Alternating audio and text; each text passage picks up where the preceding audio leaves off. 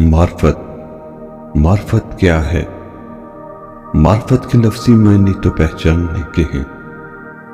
دینی اصطلاح میں معرفت کا مطلب اللہ کی پہچان ہے۔ معرفت شعوری دریافت کا نام ہے، وہ کسی پراسرار چیز کا نام نہیں۔ معرفت یا عرفان کا لغوی مطلب یہ ہے کہ آدمی کسی چیز کی علامت میں غور و فکر کر کے اس کی حقیقت کو دریافت کرے، اور اللہ کی معرفت یہ ہے کہ انسان اللہ کو اس کی نشانیوں میں غور و فکر کے ذریعے دریافت کرے، نہ کہ اس کی ذات میں۔ اس کا مطلب ہے معرفت کا تعلق غور و فکر سے ہے۔ علم کسی آدمی کے اندر معرفت کی ابتدائی صلاحیت پیدا کرتا ہے، یعنی چیزوں پر گہرائی کے ساتھ غور و فکر کرنا۔ جب کوئی شخص معرفت کو اپنا مرکز توجہ بناتا ہے، وہ مسلسل طور پر اس کے بارے میں سوچتا ہے، وہ تخلیقات میں خالق کو جاننے کی کوشش کرتا ہے۔ اس کے نتیجے میں اس کے اندر ایک نئی شخصیت ابھرتی ہے۔ اسی شخصیت کا نام عارف انسان ہے۔ جس شخص کو اس قسم کی معرفت حاصل ہو جائے، وہ انتہائی سنجیدہ شخص بن جاتا ہے۔ وہ ہر چیز کو عارفانہ نظر سے دیکھتا ہے۔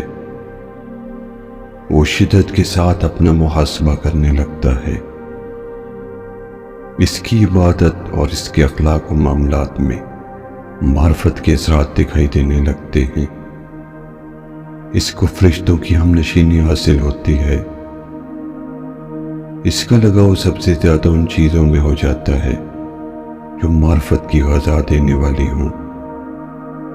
وہ معرفت کے ماحول میں جیتا ہے اور معرفت کی ہواؤں میں سانس لیتا ہے۔ علماء نے معرفت کو واجب الاول بتایا ہے۔ زیادہ صحیح بات یہ ہے کہ معرفت مقصد انسانیت ہے۔ موت سے پہلے کی زندگی آغاز معرفت کی زندگی ہے، اور موت کے بعد کی زندگی تکمیل معرفت کی زندگی ہے۔ موجودہ دنیا میں ایک انسان ابتدائی دریافت کے درجے میں خدا کی معرفت حاصل کرتا ہے۔ آخرت کی دنیا میں وہ کامل دریافت کے درجے میں خدا کی معرفت حاصل کرے گا۔ حقیقت یہ ہے کہ معرفت خداوندی ایک فکری عمل ہے۔ یہ فکری عمل موجودہ دنیا میں شروع ہوتا ہے اور پھر وہ ابدی طور پر آخرت کی دنیا تک جاری رہے گا۔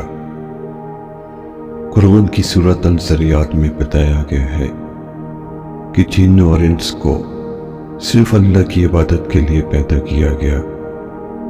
اس آیت میں عبادت سے مراد معرفت الہی ہے۔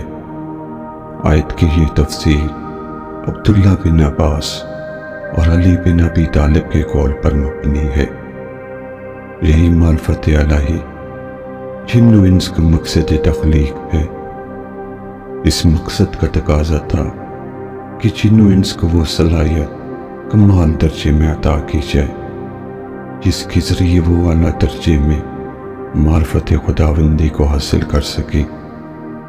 چنانچہ جن و انس کو ایک طرف وہ اعلیٰ دماغی صلاحیت دی گئی جو اس عظیم مقصد کے لیے مطلوب تھی، اور اسی کے ساتھ خارجی اعتبار سے ان کو وہ وسائل دیے گئے جو اس عظیم مقصد کی تکمیل میں مددگار بن سکے۔ معرفت کے لفظی معنی ہے ادراک، یعنی کسی چیز کو کامل درجے میں پہچاننا۔ معرفت کو دوسرے لفظوں میں شعوری دریافت کہہ سکتے ہیں۔ یہ دریافت کسی وقتی واقفیت کا نام نہیں، یہ ایک لمبے سفر کا نام ہے۔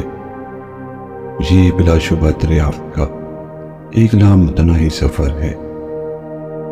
خدا کی معرفت کا یہ مطلب نہیں کہ مراقبہ میڈیٹیشن کر کے تصور کی دنیا میں ذاتی الہی کی جھلکیاں دیکھنے کی کوشش کی جائے۔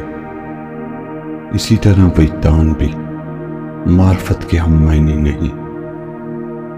معرفت ایک اعلیٰ شعوری حالت ہے جو تخلیقات اعلیٰ میں غور و فکر کے ذریعے حاصل ہوتی ہے۔ قرآن کے مطابق معرفت کی تعریف یہ ہے کہ ایک بندہ رب العالمین کو ان عظمتوں کے ساتھ دریافت کرے کہ وہی اس کے لیے اس کی ساری محبتوں کا مرکز بن جائے اور اس کی خشیت کے جذبات تمام تر اسی کے ساتھ وابستہ ہو جائیں۔ محبت اور خشیت دونوں ایک دوسرے سے جڑے ہوئے ہیں۔ ایک بندہ جب تدبر اور تفکر کے ذریعے خالق کائنات کو اس کی صفات کمال کے ساتھ دریافت کرتا ہے تو اس کے دل میں بے پناہ حد تک اپنے رب کا اعتراف پیدا ہوتا ہے۔ اسی کے ساتھ جب وہ اس حقیقت کو دریافت کرتا ہے کہ دینے والا خدا ہے، اس کے سوا کوئی اور دینے والا نہیں، تو اس کے دل کی گہرائیوں میں یہ اندیشہ پیدا ہوتا ہے کہ اگر میں خدا کی رحمتوں سے محروم ہو جاؤں تو زمین و آسمان میں میرا کوئی ٹھکانہ نہ ہو۔ دوسری طرف خارجی دنیا کے اندر معرفت کے تمام اجزاء مخفی صورت رکھتی ہے۔ اب انسان کا یہ کام ہے کہ وہ معرفت کے ان چھپے ہوئے اجزاء کو دریافت کرے اور اعلیٰ معرفت کا تجربہ کر کے اپنے اندر ربانی شخصیت کی تعمیر کرے۔